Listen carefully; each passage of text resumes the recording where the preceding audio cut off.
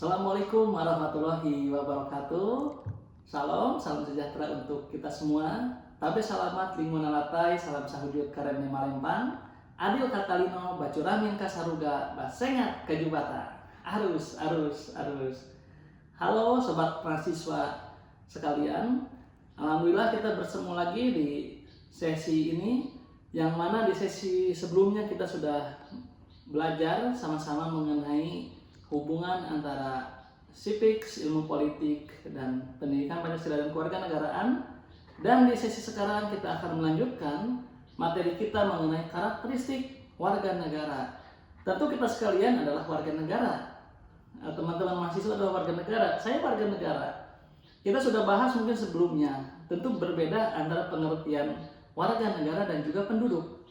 Nah, kita harus beruntung para mahasiswa sekalian, terutama mahasiswi, bahwa walaupun seorang perempuan, para mahasiswa sekalian diakui sekarang sebagai warga negara.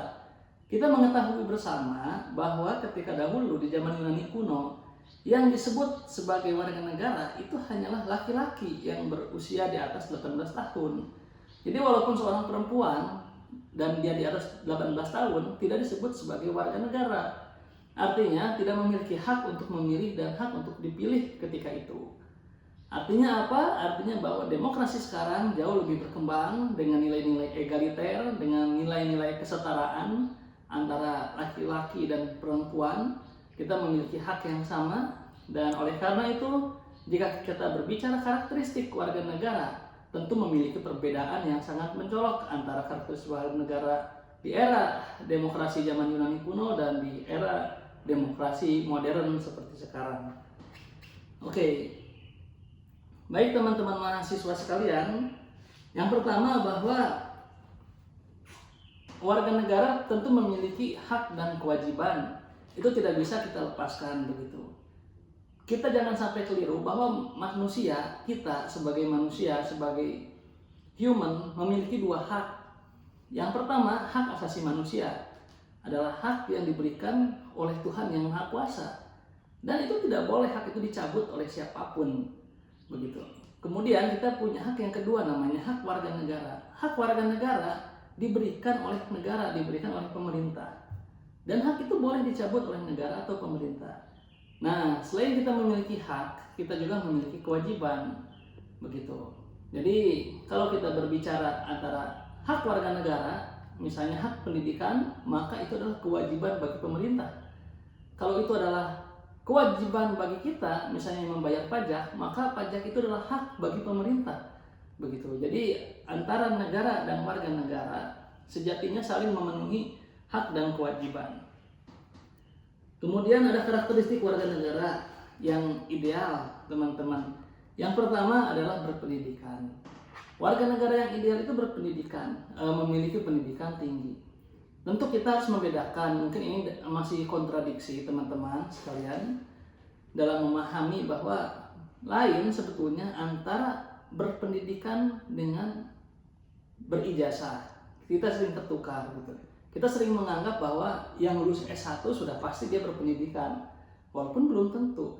Begitu. Berpendidikan itu indikatornya adalah bagaimana dia memiliki cara berpikir yang sudah dewasa, kemudian lebih bijak, kemudian dia lebih memiliki analisis yang tajam. Itu berpendidikan. Gitu. Pemikirannya tajam tapi perasaannya halus. Nah, itu orang yang berpendidikan. Kemudian yang kedua adalah toleran. Nah, warga negara yang ideal itu adalah toleran. Toleran apa? Toleransi antar suku, toleransi antar umat beragama, kemudian toleransi budaya, begitu ya. Yang kita kenal toleransi kita dengan namanya Bhinneka Tunggal Ika. Nah, warga negara Indonesia yang ideal adalah mereka yang dalam dirinya sudah hidup Bhinneka Tunggal Ika. Jadi tidak menutup mata pada perbedaan, tapi menerima perbedaan itu sebagai suatu realitas, sebagai suatu kenyataan. Tetapi dia memandang itu sebagai sesuatu yang bukan masalah. Itu harus diterima, itu harus dihadapi, dan kita harus menghargai perbedaan itu sebagai suatu kenyataan yang harus dirawat. Kemudian yang selanjutnya ada nasionalis. Nah, selain berpendidikan dan juga toleran, warga negara juga harus nasionalis, teman-teman mahasiswa. Nasionalis itu apa? Nasionalis itu artinya cinta tanah air. Kita memiliki jiwa untuk mencintai negara kita, mencintai budaya kita, mencintai bangsa kita, mencintai nilai-nilai yang hidup di dalam kehidupan kita sebagai bagian dari negara Indonesia. Itu nasionalis. Dan yang terakhir adalah taat hukum. Kita tahu bahwa negara kita itu adalah negara hukum atau Rechtsstaat.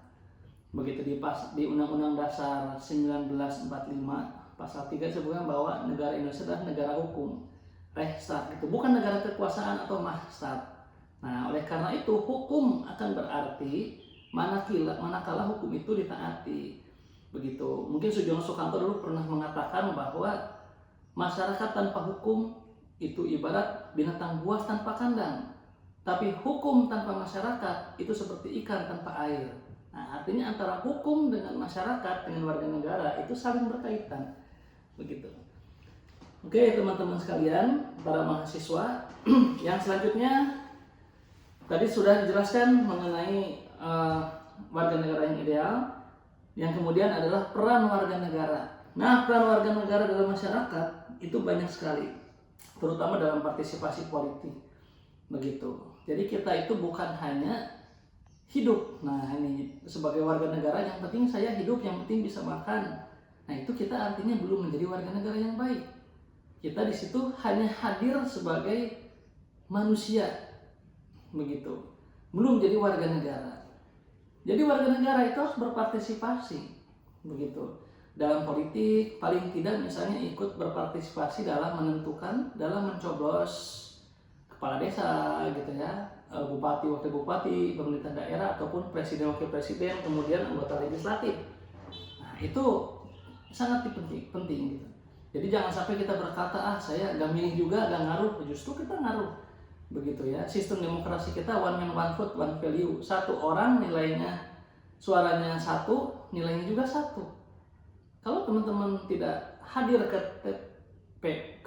TPS misalnya nanti, tanggal 27 November Kalimantan Tengah misalnya mau melakukan pemilihan gubernur dan juga ada di situ beberapa kabupaten kota, itu menentukan nasib kita, beberapa tahun yang akan datang. Kemudian adalah kontribusi ekonomi. Jadi kita hidup itu jangan sampai hanya sekedar hidup, apalagi jadi pengangguran. Ingat, pengangguran itu beban negara, tapi kita harus memiliki kontribusi ekonomi. Begitu ya.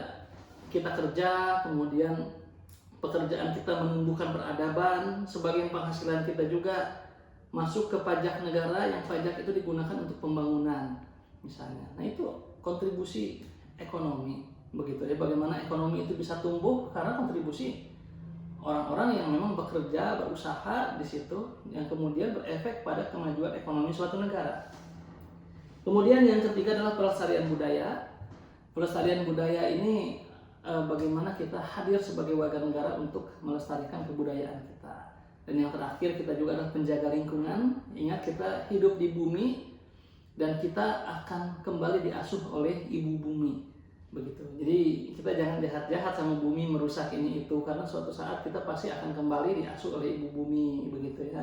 Jadi kita harus melestarikan alam sebisa kita, misalnya tanam tanaman bunga di sekitar rumah kita, tanam pohon begitu, atau apapun itu yang memang berkontribusi sekecil apapun untuk menjaga kelestarian lingkungan atau bumi kita.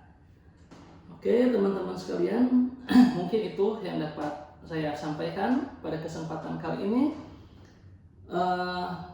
Untuk meningkatkan kualitas negara tadi, kita jangan lupa untuk terus berusaha mencapai pendidikan setinggi mungkin.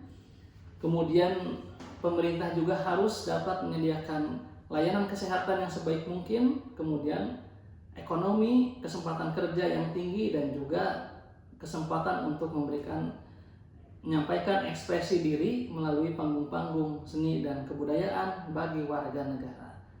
Mungkin itu teman-teman sekalian, terima kasih. Sampai bertemu lagi di sesi berikutnya. Tetap semangat. Assalamualaikum warahmatullahi wabarakatuh.